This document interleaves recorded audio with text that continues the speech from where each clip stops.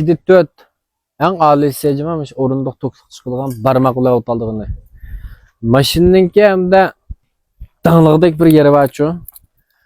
Nimişqa desanlar bunu men edep özüm sinidim. Amaның birinciden motoru ejilgan maşina emas. İkinciden diben bek yaxşı. Motor korupka bek huzur maniki. Bek bijirim.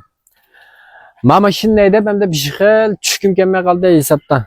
Bölek maşinamni jiqaydi doq Cameron'im jiqaydi paqdim. Ma bu bek siyliqkin. Her qanday turda şimdi setilib edep qolib qalsanglar, menda mo xo'shalab qolasizlar. Mashinamni xo'shalab qolasizlar. Puli Digital Honda Civic'ning puli. 20 ming ko'ning kichiknam ostida 2016 yilning mashinasi.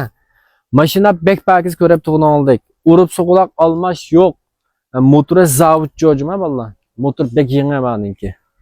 Cameron'da 20-38 tuzib qo'ysanglar, oldiq mana nima deb chiqa oladi. 19.800 ko'lan bo'ldi. Faqat kelishim yo'q. Mashina oldigan olib 19 mingga kichikgina tishlab kelib qolgan mashina mening qo'limga 1 mingga foydalanmasam satmayman. 1 mingga foyda oldim degan bilan mening mas'uliyati varmış. Mashina sizning qo'lingizga sog' salomat tishliq tekkucha, sizlar razı o'g'cha. Men igi oldiga shifa turdoshlar. Ishik barmoq. O'rindiq tokluq. iPad ekran bor, usti to'nchang bor. Mashina pakizjimi? Ko'rsangiz bo'ladi. Tozlig'im qimmidoq. Mavsum bo'lgan avval yo'qchimi mashinaniki. Aqsın köstefkim. Boşen 8. ağaç ba. Şinyen kilerjle 6. ağaç ba. Cameron asan bolta hem de bijirimni asan bolta degenler fışırgı sanım bolda. Edep hoşulap qalısızlar. Hem de bu Cameron'a hemen jıqdanlaş biyajet. 2-4 jibencime en alıysa. Qağınan özanın düşünsizler maşina bağımız badi gidek maşina.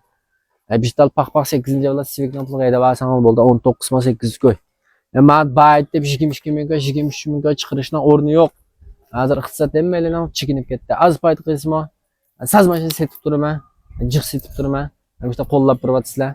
O'rnim Sichven Changdoda, Qashqayanchalik Miraljan men shu. Men bu o'zimning to'yxonasi, necha yaqin sotgan mashina bekchiq basanmagan cho'ng mashina yo'q sabablik. Bugun men cho'ng mashinamni barmana. Hamish mashinalar besib ma'muriyat emas, necha yaqin sotilgan mashinalar. Ama mashina olib qolsanglar, deganning o'zi besib ma'mur bersan bo'lardi. Undan o'z keyingisini ko'rishdik. Rahmat.